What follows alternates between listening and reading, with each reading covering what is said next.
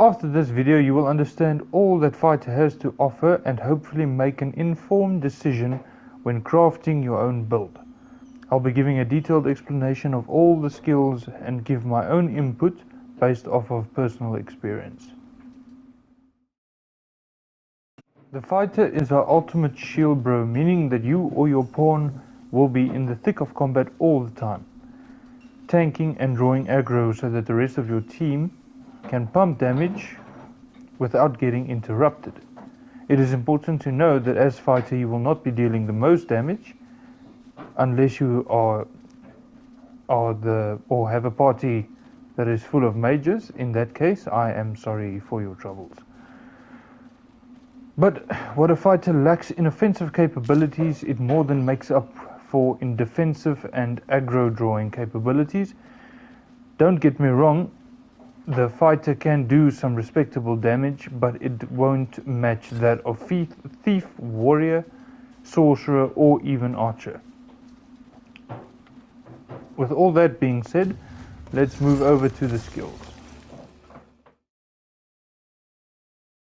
Alright, so Fighter has plenty of skills at his disposal that makes him either the best tank in the game or a person that runs around with a wet noodle.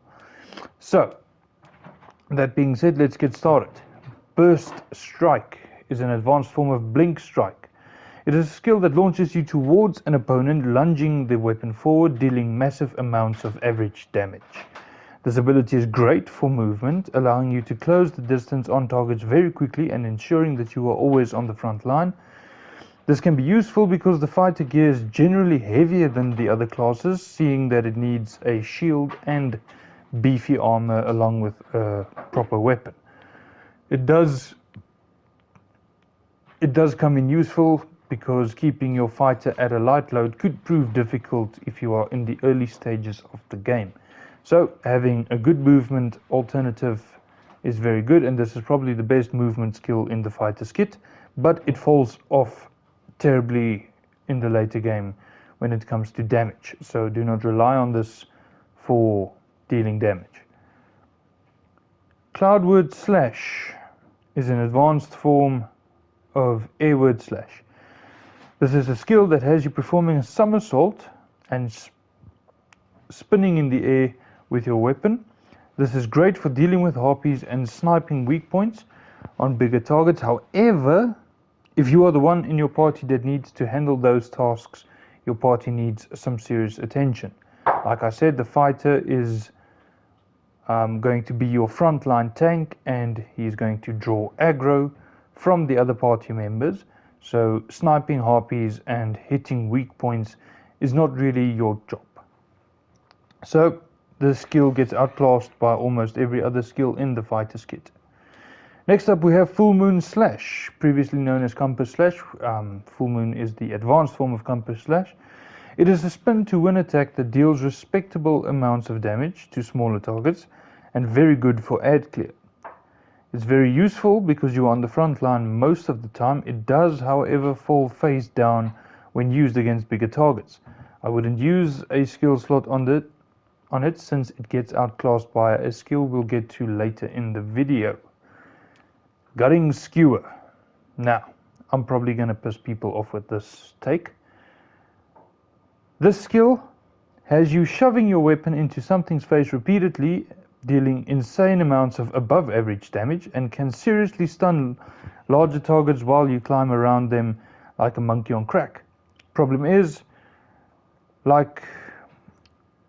that when you, a tank character, starts climbing around on enemies, nobody is there to keep aggro on smaller targets. Your party damage will fall off when your ranged players get overwhelmed. This skill is great, but it doesn't fit the Fighter's role in my opinion, and if something is downed you can just get a critical which deals tons of damage anyway, and let's be honest, you shouldn't be climbing as a Fighter and you shouldn't be focusing on dealing the most damage. Fighter can deal damage, like I said, but it is not your job. So it is a good skill, don't get me wrong, it's just not for the Fighter. Hindsight Sweep. It's an advanced form of Hindsight Slash. This is a backstep counter attack. When timed perfectly, this deals some respectable damage even for fighter, but it is tricky to pull off if you are new to the fighter. So it has a relatively tight window. You have to hit this input right before an enemy's attack lands, and then you'll come in dealing some good amounts of damage. Nothing is inherently wrong with this skill though. I personally just prefer a skill we'll come to later in the video that does this a little bit better in my opinion. Shield Pummel, previously known as Shield Bash. This is very fun. This is a skill that has you... It's basically a skill that lets you play This is Sparta but in Tokyo. This is very fun and can outright kill smaller targets when close to ledges. So you can just yeet them off a ledge if you hit them just right. Or into the brine for that matter, which kills everything.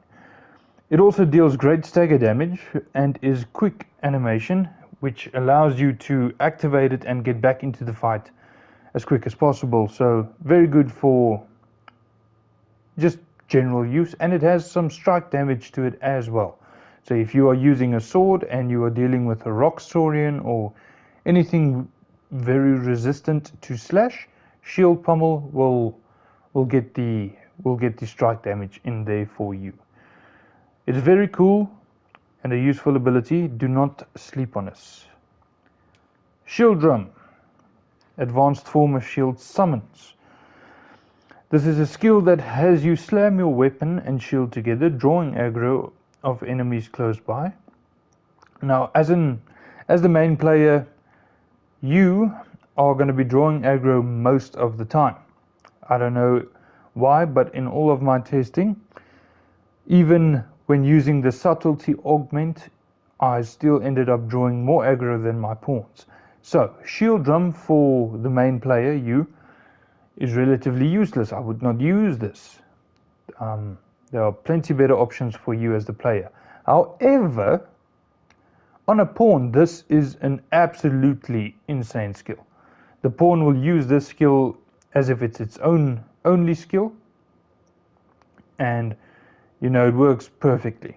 So if you have a fighter as your pawn, put the skill on him. He will draw aggro incredibly well, and you know, give you and your team an opportunity to deal some insane amounts of damage. Launch Board is the advanced form of Springboard. Now, this is kind of iffy. In my opinion, it is a very good utility skill when you are exploring, going through certain caves and so on. Great for reaching ledges. You and your pawn will launch players or other pawns into the air, giving them more movement and more, like I said, exploring capabilities. However, in combat, this is absolutely shit. I mean, you don't need to launch your thief or archer onto a cyclops. They can just climb it. It really doesn't make all that big a difference. And if it's on your pawn, they will spam this ability and it will disrupt your flow, the flow of your combat. So I really would not advise using this outside of exploration. Inside of combat, this is terrible. Don't use it. Next up, we have Flawless Guard. It's the advanced form of Impeccable Guard. So this is basically your nope button. When in doubt, hit this and get yourself out of trouble. You will be safe once you punch that button. What you do is your character spins around with the shield held up and it moves them out of danger, and it blocks almost everything. You are invulnerable to damage for 2 or 3 seconds, which is huge. I mean, it is not a bad skill at all. I would not use it. I haven't found myself in situations where I get overwhelmed easily enough. So use this if you are someone that gets your ass handed to you by a bunch of mobs. Next up, we have Vengeful Slash. This is the advanced form of counter slash. Now, this skill is absolutely goated. You hold your shield up and anything that attacks you from the front gets pushed back and bitch slapped. Honestly, this skill comes out very fast. It does consume stamina when you just stand there holding it, but it doesn't use that much, so it's not as bad. Excuse me. Very, very good attack. That attack comes out very fast. It deals some respectable damage and stagger. It doesn't do as much damage as hindsight sweep, but it does get up there. Now, this is the skill that I said does full moon slash better, because it still attacks in basically a 45-degree angle in front of you, or maybe even a 90-degree angle in front of you. You get a wide attack with vengeful slash, and then also hindsight sweep. This takes much less effort to actually pull off. You just stand there, hold your shield up, and the moment something connects to you, you will counter it. So just for its ease of use alone and its countering capabilities, I rate this skill as absolutely goated and a must-have. Do not sleep on this skill. Divine Defense. It's the advanced form of perfect defense. This is one of the best defensive skills in the entire game, outclassed only by Thief's Formless Feint. You can face tank multiple meteors with this, and even has a small aura that can protect pawns that are close behind you. This is the ultimate shield bro move. Do not sleep on this. That being said, I personally never found much need of it. So again, if you are face tanking meteors often, then use this. You can't go wrong with this. I wouldn't use my own slots on it though. But like I said, very, very solid. This is the best defense in the game outside of Formless Feint. Now, we head to the Meister's ability for Fighter Righteous Fury. Or Riotous, I think it's Righteous Fury. I'm just going to call it Righteous Fury.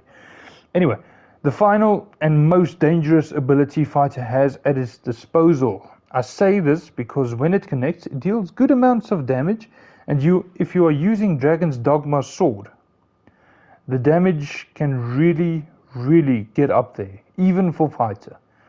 The Dragons Dogma sword has a perk that ranks up your damage with successive attacks the longer you go without taking damage. So if you don't take damage, you deal more damage with the sword. Now, Righteous Fury punches a shitload of shots when it goes off. So by the end, your final strike will do some good damage. Now, the reason I say it is one of the most dangerous skills is because it can get you killed or in a lot of trouble if you miss your first initial attack. If that first shield hit doesn't connect with your target, you are going to wind yourself and you're going to stand there vulnerable like a little... yeah. But if you do hit your first attack, this is Fighter's ultimate screw you move. Like I said, with the Dragon's Dogma sword, if you take a dragon down, if the dragon is fallen and laying there with its heart exposed, you unleash Righteous Fury onto a dragon's heart while wielding the Dragon's Dogma sword, and then after the combo execute a critical attack, that dragon is basically dead. Right, the damage in that regard can get up there. And you know, it deals, depending on your weapon, it deals slash damage and strike damage because of the shield. So really, really good move. I wouldn't sleep on this at all. Now, for the ideal setup, in my opinion, this is what I found to work best for me. We have Burst Strike. The reason I put Burst Strike in there is to stay in the thick of the fight and move around faster. It is purely for utility. I do not use this to deal damage, but it does help to get myself close to the enemy and then pull up Vengeful Slash when I'm close to a target that tries to attack me, and I can basically pull aggro the whole time like this. Vengeful Slash is here because, like I explained previously, it is a very easy to use skill, and it comes out very fast. It deals good damage. It is a must-have. Great skill all around, in my opinion. Next we have Shield Pummel, because of the strike damage, firstly, because I use a sword, so having access to strike damage is nice. And also just yeet. It is very cool to yeet smaller enemies around, and it does good staggers. So Shield Pummel is a go-to for my personal playtime, or my personal playstyle. Righteous Fury, because Dragons Dogma, and yeah, it's the only real damaging option for fighters that can really pump some good respectable damage.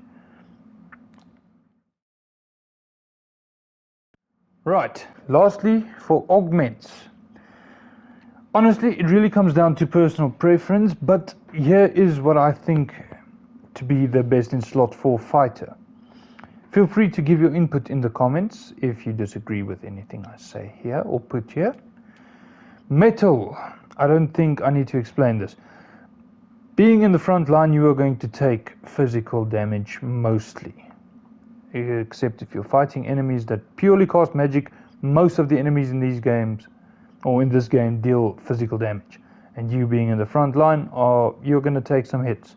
So, metal, very good to dumb down some of that damage coming your way. Next up we have provocation. Being the tank, you have to be able to actually tank shit, and getting enemies to target you is the way to do it. So provocation, good go-to choice. Diligence hastens recovery when downed or crawling. I hope I don't need to explain that being able to get up faster when you are knocked down is very good. If you are knocked down and you are running, say, two ranged units, a sorcerer and a mage, or a sorcerer and an archer, or a mage and a sorcerer.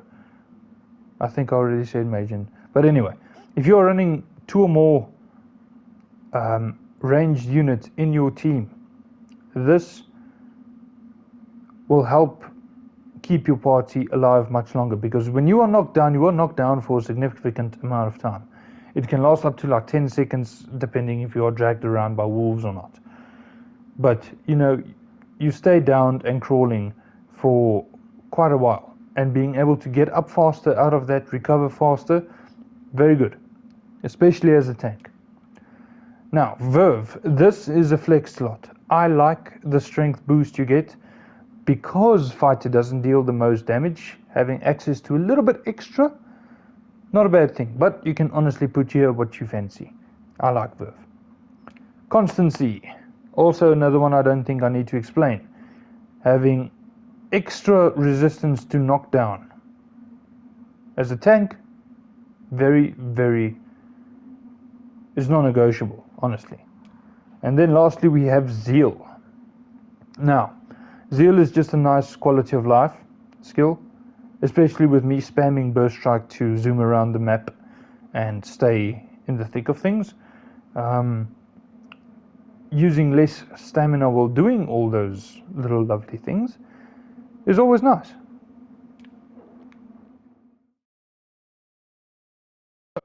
That all wraps up my masterclass video on fighter. This was a daunting video for me personally to make, because it is something different than what I've been doing on my channel since I started uploading to YouTube. So I'm still learning. Stick with me, bear with me, and hopefully I'll be able to produce worthwhile content and keep pumping out stuff you guys would like to see. And I do hope this video helps newcomers. My aim is to cover all vocations for newcomers to the game. But if you made it to this part in the video, thank you so much for watching.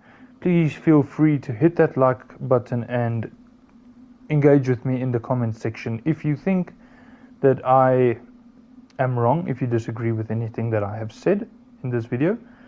But regardless, if you made it up to here, I greatly appreciate it. And giving a like will definitely help me out a bunch. All that being said, I'll have more coming your way soon. Thank you again for watching.